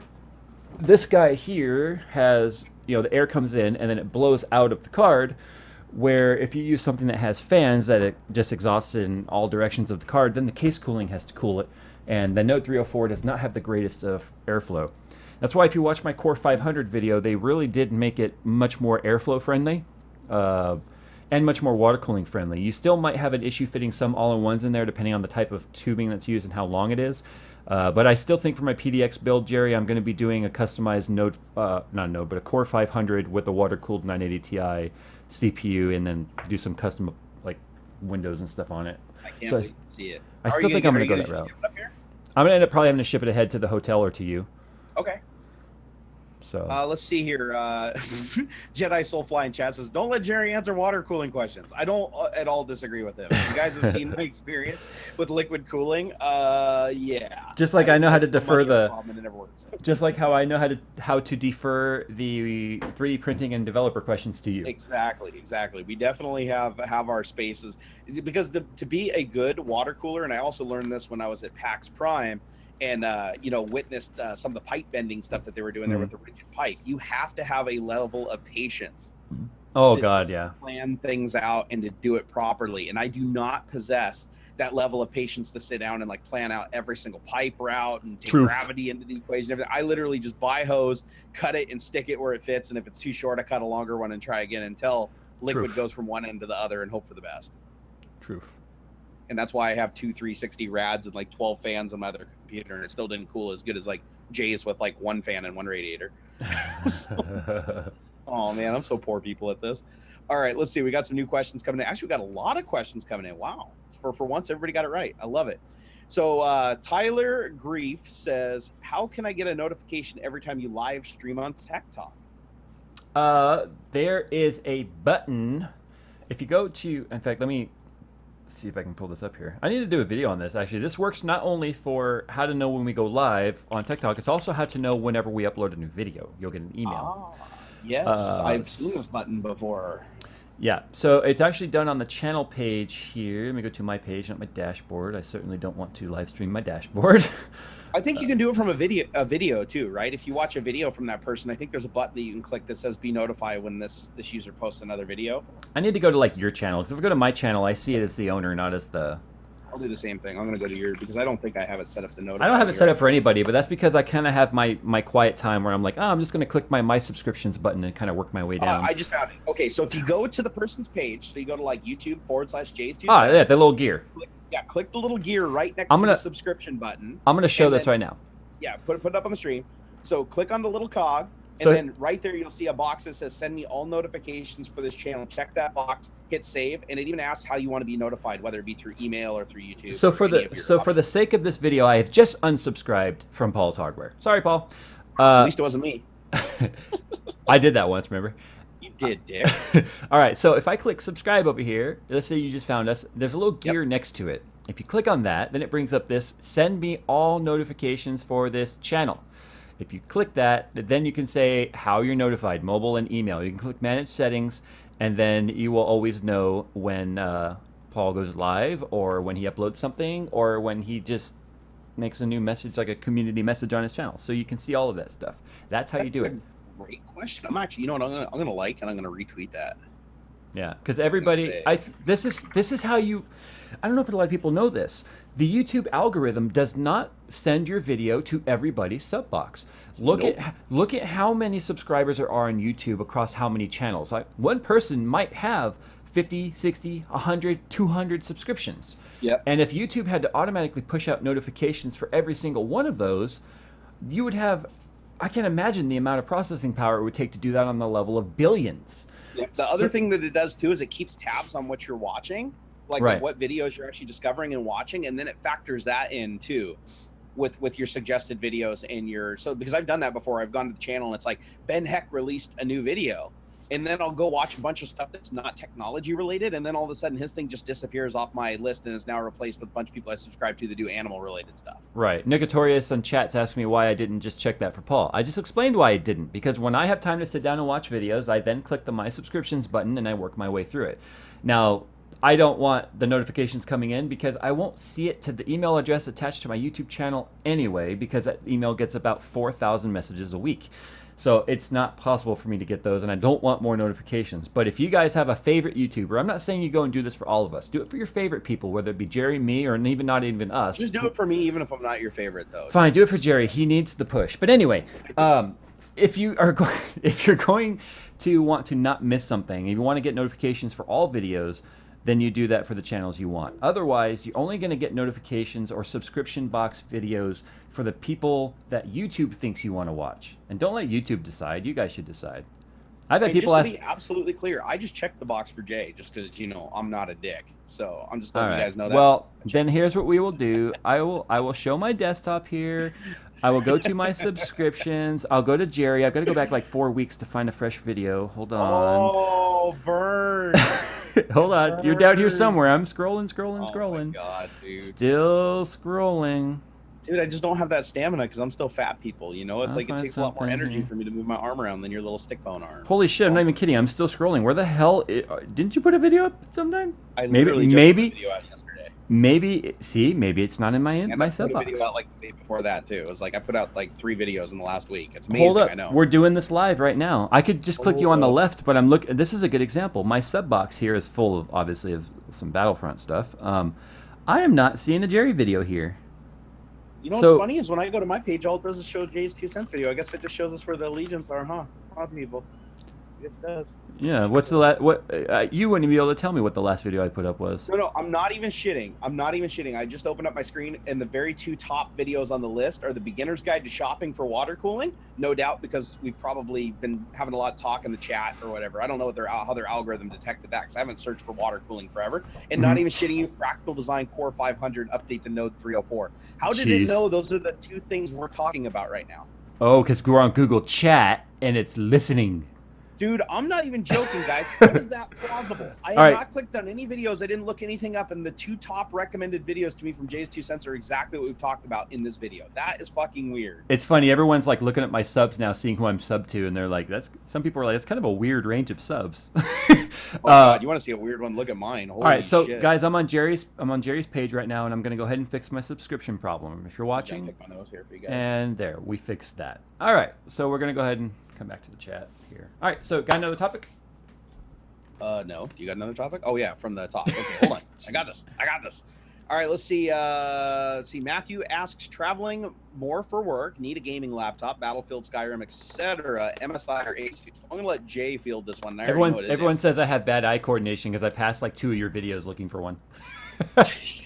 It's because my thumbnails are so inconsistent. You don't know. Yeah, something like that. Yep. So, which one is it? MSI or Asus? Why don't you tell them about your laptop that you love her so much? Oh, what was the question? I'm sorry, I was reading chat. Oh, the question was, traveling more for work, need a gaming laptop, something that plays Battlefield, Skyrim, etc. MSI or Asus? Everyone's laughing because what I did was unsub you. Let me give you a little swirl. Sit and spin, Jerry. Okay, so I would not recommend my Asus G751JK for travel. You saw that, Jerry. That thing was beefy. It was. And it's kind of a weird shape, too. Yeah. The MSI Apache GE72, it's a 17-inch laptop, but it's a fairly low profile compared to the Asus. But they get kind of pricey. If you want the one that has the GTX 970M in it, it jumps up to like $1,700. I still want to try out a Razer Blade. I'll be honest, I'm not a big fan of the Razer products and the quality and experience that I've had in the past. But God, that laptop, it's like it's super just thin. It's got some really cool stuff going on. That laptop that Razer makes is like a complete and utter copy of the MacBook Pro chassis. Is it really? Very similar anyways. It's like a unibody construction out of aluminum. It's anodized black, but it looks very, very similar to the MacBook Pro. I just like that it has like the little video keys, and then it's got the backlit, like you can put an image on the touchscreen. But I think most people would agree with me that the Razer Blade is overpriced. Oh, massively overpriced. I'll even agree with you on that. Like I looked at and that's the thing is, it's one of those things where it's like, I don't mind paying a premium for stuff. That's why I bought my MacBook Pro in 2011 for like $3,200. And everybody's like, whoa, you could have got a PC so much better than that. But you know what? I am still using that MacBook Pro today, and all I've done to it is one cheap memory upgrade. So I turned down a free system and money from Alienware. That doesn't sound like you at all. I know, right? Hashtag sell out, Jay. No, I'd say, but because people know where I stand with regarding Alienware, and Alienware is shit. I worked with it for years. Like, now, granted, I don't have a recent perspective, and companies can change, but I worked with it a lot when I was at Microsoft. You guys probably didn't know I worked at Microsoft. I got laid off a year ago. What? I worked there for 15 years. I know. I'm fucking shocked too. But no, I'm just surprised you were able to get a job. I know, right? I think it was an accident. It was actually Jerry Perg they were trying to hire, but they called you on accident. They didn't fuck it up. They just, hey, I still took 15 years from them. No, but I remember out of all the computers, because one of my jobs when I started at Microsoft was actually hardware, not software. And so I worked in this big machine lab called the Hardware Compatibility Test Lab, and we basically had computers from every vendor that was on the hardware compatibility list. So basically every mainstream computer from Dell, HP, Compaq. And Alienware was one of the weird kind of obscure PC manufacturers at the time, right? They weren't super big back then. And we bought a bunch of their really big tower cases that looked like an Alien and had like, you know, top of the line GPUs. And we bought is that the one that had like the wraparound vent in the front with like a light behind it? Yeah, they were. Yeah, they were really, really cool. I mean, they were cool looking computers. But I will tell you what, I've owned 3 Alienwares. 5-1. I've owned 3 Alienwares. I don't speak about not liking Alienware as a brand from just a bias. Did you ever have a power supply die on one? Yeah, but it was a Silverstone power supply that came in it. Okay, but still, like, don't you question why the power supply failed? Like, if it was like insufficient airflow problems or placement or orientation or something like that, or was it just freak accident? You know, I don't know. This was back in like 2006. We killed every single Alienware we had within 6 months. We had about 20 of these machines, and within 6 months, all of them died from 2 issues. Either the GPU fucking overheated and blew up, like the fan seized on it. And this is an HVAC controlled lab. The fan seized and died, or the power supply burned out. Well, that sounds like user error to me. Well, how can it be user error? You plug the fucker in, you put it on a rack, it should just work. I don't know. How did Linus blow up 2 motherboards before you figured it out? Here's the problem. Here's what we discovered is because it was the hardware compatibility test lab, we did something called stress testing, which meant that 24 hours a day, as long as the computer wasn't running some other test, it was running at 100% on CPU, RAM, and GPU. And I mean, hence stress testing, right? All the other computers from Dell, Compaq, and everything were designed to run at 100% load 24 hours a day. The Alienwares couldn't do it. Every single one of them died. Yet your Lenovo laptop stayed alive at 132C. That still shocks me because that thing still actually worked all the way up until the day, because I turned it back into Microsoft. Right. It worked all the way up until that last day just fine. And yeah, like me and you thought that the plastic was going to start melting. I know, right? Even the exhaust air was too hot to put our hand in front of. We couldn't touch it. We literally could, like, imagine your laptop getting so hot. We're not talking about setting your hand on it for a couple of seconds. Isn't that in one of our vlogs? Isn't that one of your vlogs from when you came down here? I think it is actually. So we should go back and find that, because we put the thermal dot on it, right? Yeah, I had my thermal thing. Yeah, it was literally like, I don't know how the plastic wasn't warping when I touched it. That's how hot it was. Okay, so Jerry had a Lenovo. What's the model? That one was I had 2 of them. I had a T61P and a W7, and the W7 was the one that I brought down to you. Okay, so Jerry and I were live streaming some Battlefield and stuff, and then we decided to try it out on his Lenovo just to see how it would work, and then it turned out to let's see where it thermal throttles, because we were curious. The Yeah. CPU never thermal throttled. It just was didn't. and it was getting hotter, and it never stabilized. We finally shut it down because it was going to die. I don't know how the bearings in the fan didn't just seize because it was getting loud. Remember, It the sounded fan was like a jet plane. coming out of a laptop that's otherwise dead silent. God. But and it was a thin laptop too. I mean, the whole thing is the W7 was actually a very, very small, lightweight laptop. Well, for the time, I mean, compared to today, I could have swore that was in one of the vlogs, either one of yours or one of mine from when you were down here. You know what it might have been? Was it in one of the live streams? I wonder if it was in one of the live streams we were doing. No, because this was after we were done streaming, after we went all crazy and started like sucking helium and You might shit. have just posted about it. I remember we were shocked. We did something about it because both me and you were just waiting for that thing to explode. Maybe it was you didn't want to post it because you didn't want work to see it. Yeah, actually, I probably didn't because there was an asset tag on the laptop. But holy crap, dude! That's the hottest air I've ever. I mean, it was like heat gun territory. It wasn't blow dryer. It was like heat gun territory. The air that was coming out of that thing, and it didn't hang either. The thing was running. Yeah. That blew my mind. So anyways, it was only doing like 8 FPS, but it was doing it. No, it was horribly slow. So Matthew, I guess to answer your question, I mean, Jay gave you the option of like going with the MSI. Oh, I had another thought on that. I forgot to say. Yeah, go ahead. I went off on a tangent. I never do that. Well, you're around me. It's rubbing off on you. Hey, you stop rubbing off on me, sir. Anyway, cha-ching, zing. So that looks terrible at 2 FPS, by the way. It looks terrible looking in the mirror too. The Apache is not very user-friendly in terms of being serviceable. So adding like an M.2 drive to it or changing out your SSD, watch my video. It's not meant to come apart very easily at all. So if you're looking at something you can maybe possibly upgrade in the future, like memory or SSD, I would look somewhere else. I would look at maybe. Is that something you legitimately look at though? Because me, when I buy a laptop, I just expect it to just go in the garbage when I'm done. Yes, the laptop I bought for the wife, I legitimately got one that had a hard drive in it, a smaller like a 1 terabyte hard drive in it with a 960M, because the only version that had a 960M in it, because I didn't want to buy her something with a high-end GPU. I knew she wasn't going to do much gaming, hardly any. Right. Was the fact that it had an HDD. I was like, well, I've got SSDs in the closet. I'll just put an SSD in it. So my thought was to upgrade this computer immediately. Okay, interesting. Because to get one that had a 1 terabyte hard drive in it, SSD in it, also had the 970M, which bumped the price up like $500, and I didn't want to do that. See, and like for me, when I buy a laptop, I look at how much performance can I get in the smallest package possible, which usually size is almost directly always proportionate to upgradability because they have to fudge the way the components are put together to free up that space, right? People still being all surprised that I paid for a laptop. Yes, guys, I bought a laptop. Why is that so surprising?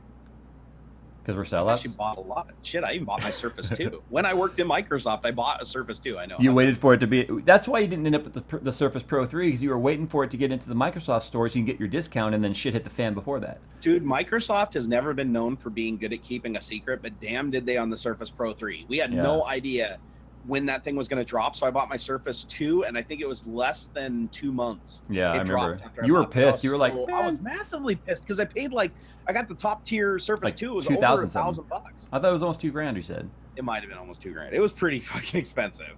And then I bought it, and I was like, oh my God. If it had been like 2 weeks earlier, I could have returned it and got the Surface 3. So I was pretty pissed about that whole thing. Right.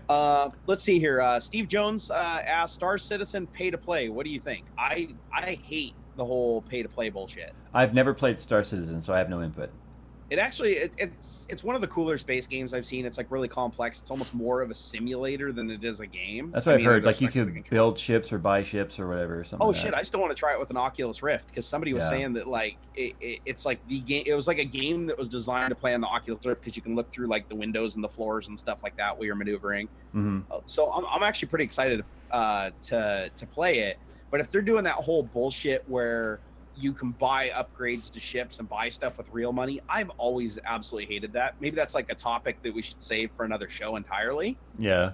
Because that's a big topic. I'm sure me and Jay both actually have a lot to say about is the whole, pay to win or free games that offer, in-game pay or games where you can, only get certain upgrades with money that you can't otherwise get or almost nearly impossible to get in game. I hate all of that shit with a passion. Yeah. League of Legends is kind of that way. Or Blacklight. Did you ever play Blacklight Retribution? I heard about it. I knew it was free, but then again, it wasn't really free, was it? No, I never played it. I watched a friend play it once. I went over to his house. He spent like $50 and bought a couple things for the game, and he had like 0 recoil on the gun. He could literally just point the super high, FPS or not frames per second, sorry, rounds per second, and he was just dominating the whole thing and had excellent armor and shit. And I was like, this is like bullshit that you can do that. And he's like, oh, but you can get the same stuff by playing the game. But to get that $50 worth of stuff, you'd have to play the game like 24/7 for like a week. I enjoyed Star Wars: The Old Republic, but then it went free to play. And then it became, like you could still do all the same things the pay-to-play people did.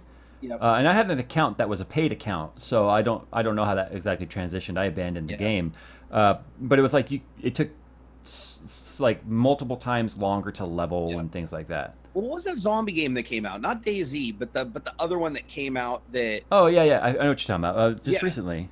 Yeah, they literally renamed the game and re-released it because it had N1Z1 or something like that.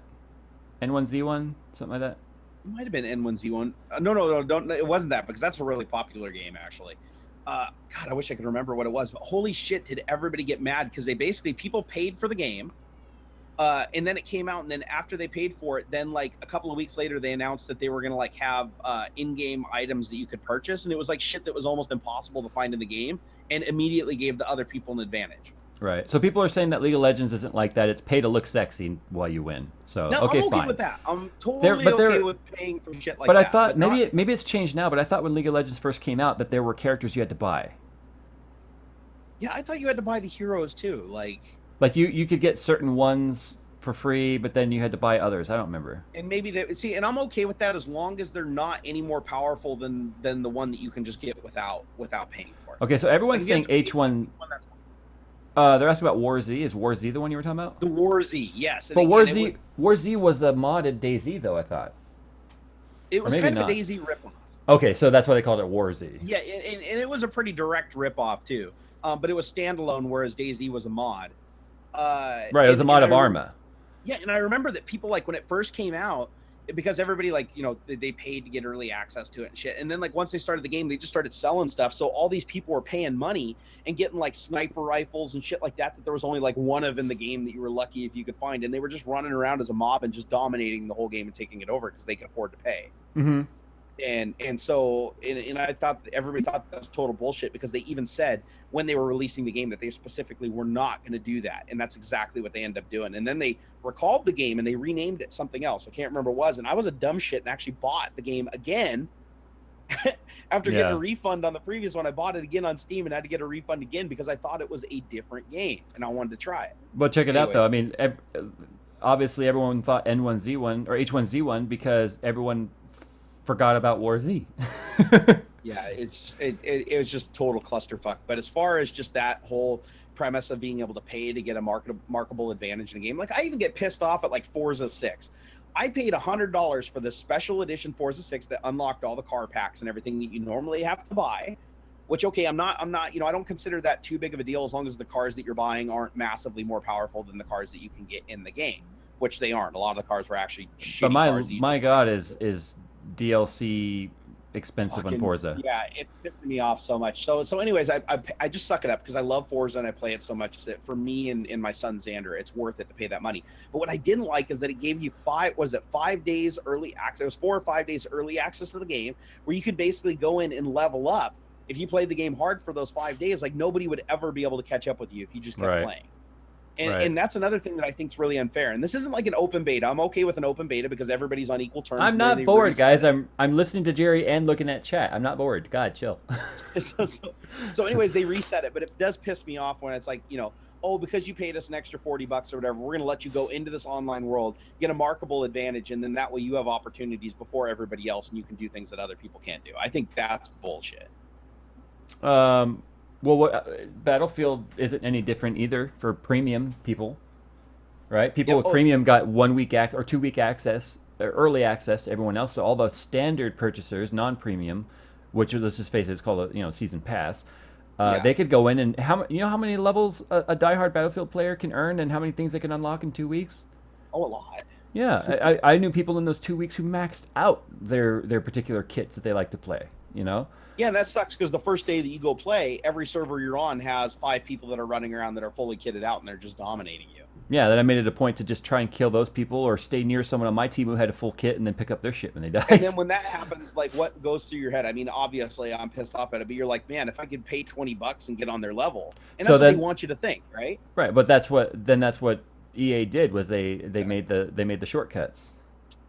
Total bullshit. So they even called it shortcuts. Mike the Manic Geek says League of Legends does let you buy champs, but they're all the same champs everyone else can get just by playing the game. Yeah. The question is how much of the game do they have to play to get them? I mean, do they have to play for like a month to get one that you can just buy instantaneously? Because I even call bullshit on that too. And those characters that you can get, are they characters with abilities that could give you an advantage that you just shortcut it into by using money versus game time? Yeah, and that's the thing that pisses me off is a lot of these games in their terms of service say you cannot fuck with this game or cheat to get money or use hacks to get stuff that you couldn't previously have, but you can legitimately pay us money to let you do those same things. Right.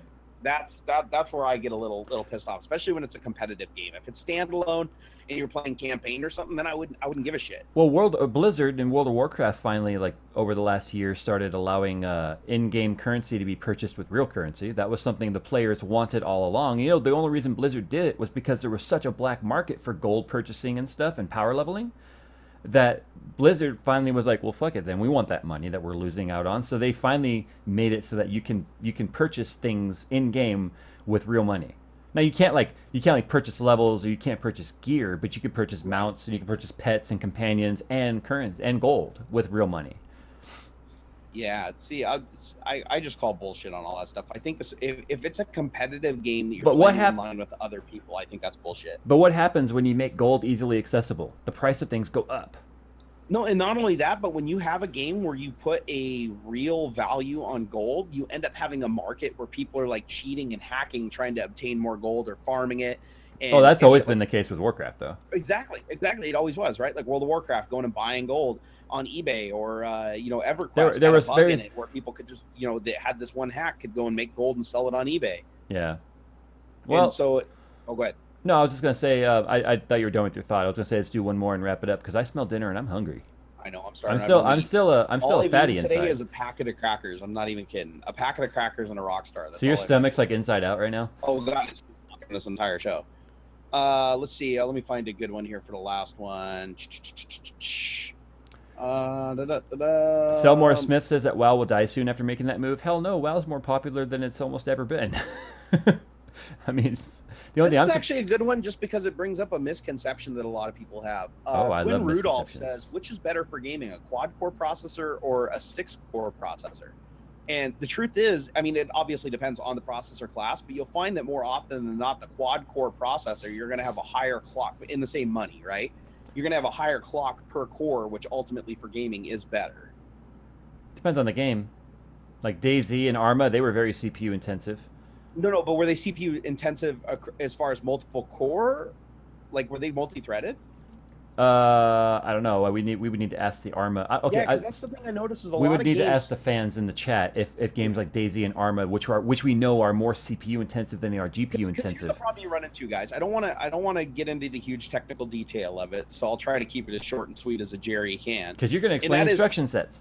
Generally, not instruction sets. Instruction sets are a different conversation because we're talking about the same architecture here, x86 or AMD 64. Oh, right? I got you. Okay. So let's talk about when you create a game. Generally, the template for a game is that you have something called a world loop, and the whole idea of a world loop is you basically have one set of, I guess you'd say, instructions, right?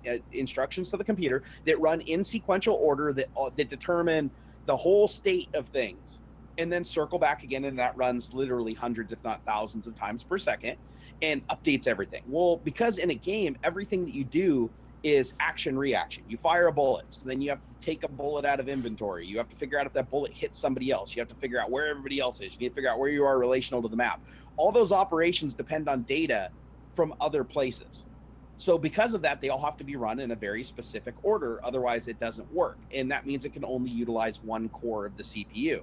Now, there are some games where they'll do stuff where they'll offload some of the graphics work and stuff like that, the graphics setup and stuff to other cores, but generally the world loop is the most intensive part of the entire game, and that can only run on one core. And whenever they've tried to spread this business across multiple cores, you end up having things called locks, which each core can't run at 100% because at certain points it has to stop and wait for another core to finish something because it needs a piece of that data that other core is responsible for run. So even if it is multi-core or multiprocessor, you end up not running those cores at their full potential anyways because shit is literally waiting for other stuff to get done. Does that make sense? Which can even still happen on multi-threaded applications like Adobe. Oh, absolutely true. Absolutely true. If one core is responsible for rendering the frames and the other core is responsible for setting up those frames, then core 2 has to wait until core 1 finishes before it can do its job. So it's idle during that time or running at a significantly less low. It is very, very difficult unless you're doing something where it's compartmentalized to have all the cores running at 100% of their potential. In games in general, just from the nature of a game, there really isn't a lot of stuff that the other CPUs can or the other cores can do other than it's setting up for things. Like, for instance, let's say you're moving into a new area of the map. Another core could be responsible of preloading and pre-caching that map before you get there, and then ultimately handing it off to the first core to continue. So in that case, you can gain a markable advantage, but at the same time, would it just be easier to just load little bits and pieces of that as you go instead of loading a whole nother quadrant or something like that? And how hard is it for the developer to not create bugs in his code? Because whenever you're dealing with multiple operations happening in parallel instead of being sequential, is that you have a higher degree of bugs. They call them like transient issues that can happen, whereas one core might start committing an operation before the first core is done, but before it's finished, and then they get stuck in the state where they're both waiting for each other, and they call that a deadlock. And then that's where you usually see a game say not responding, and then it dies. What? So everybody I'm not watching this making a funny face. I couldn't help it. So more often than not, the more threads that you have, which threads can be synonymous with cores, not necessarily. There are some differences, but I'm just laming it down. Anytime you have things that are happening in parallel that have any kind of dependency with each other whatsoever, needing to know the state of each other and needing to trade data between each other, you leave the possibility of bugs occurring. Go ahead. No, I want to. There's one topic I want to talk about last when you're done. That's all I was going to say. Okay. So anyways, to end it, it's in the best interest of the developer for time and reduction of bugs to use as few threads as possible when creating a game, because threads introduce problems that are very, very difficult to debug. And I only know this because one of my expertises was multi-threaded development when I worked at Microsoft. And I can tell you that the hardest development there is. No, but anyways, the multi-threaded. No, you worked at Microsoft? I did. When? I did. From when to when? Is that the fourth time I mentioned that?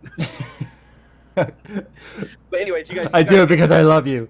You get the picture. If you use multiple cores, you're actually trading it off for efficiency issues and potentials for more bugs to occur. So a lot of developers just choose to keep it all nice and tidy and running fast in sequential order on one core. I said all that though, but I said it depends on the game. Yes, depends on the game. Jay's right. We can sum it all up by what he just said. Okay, so someone in chat earlier, I forget your name, I'm sorry, it went by too quickly, asked if Frozen CPU is still open. I think this is worth mentioning because I just did that water cooling video. Okay, so Frozen CPU is technically operating. However, they are only able to take orders over the phone. And the reason why that is because of the shit that hit the fan with them earlier this year. They lost their merchant accounts for online order processing as well as PayPal order processing because of the amount of claims that they had filed against them for stolen money. So, unless you're comfortable with ordering from people who, really, let's face it, they are still working in a skeleton crew. The people who are working for them now are not the ones who knew how to run that business before. It's still being owned and operated by Mark Friga, who is not a very good businessman. Unless you're going to call them and give them your credit card number over the phone for them to punch it into their little card swiper thing, I would just head to performancepcs.com. I'm serious, and I'm not endorsed by I'm not endorsing Performance PCs. Like, I don't get money from them or anything. Performance-PCs.com is like the only other real water cooling site for the U.S. on the market. And after all the drama I saw go down with Frozen and the conversations we had, I mean, I would stay clear of them. And I showed you the behind the scenes stuff of what was going on over there too. Stuff that just doesn't make it public. But don't do it. It's pretty fucked up. Don't do it. Just stay away from it. Yeah, and that's why there's even a notice on their website that says they can't do online orders right now. You have to call them. They lost their merchant accounts because of the claims against them. Oh, hey, Jay, before we wrap it up, there is one more important question from Austin Pierce. And they said, Jerry, what was your old job? I don't think you mentioned it on Tech Talk or in your videos. He used to work for a little place called Mother's Board PC or Mother's Board Computers. Mother's Board Computers, dude. That's true story. Years of my life. That's where you were working when you got the call from Microsoft. That's right. How many times have I heard this story? All right, let's wrap this up so that Jay and I can do what we do best, and that's stuff food in our fat faces. All right, rolling an outro. Go. This has been Tech Talk. We talked about things. We said some curse words. And answered some questions. Hope you enjoyed the show. Now Jay and I are going to go stuff our faces with calories. And if you guys couldn't tell by the fact that he was fading in and out during his song, our connection sucked today. All right. We'll figure it out. Someday. All right, bye, everybody.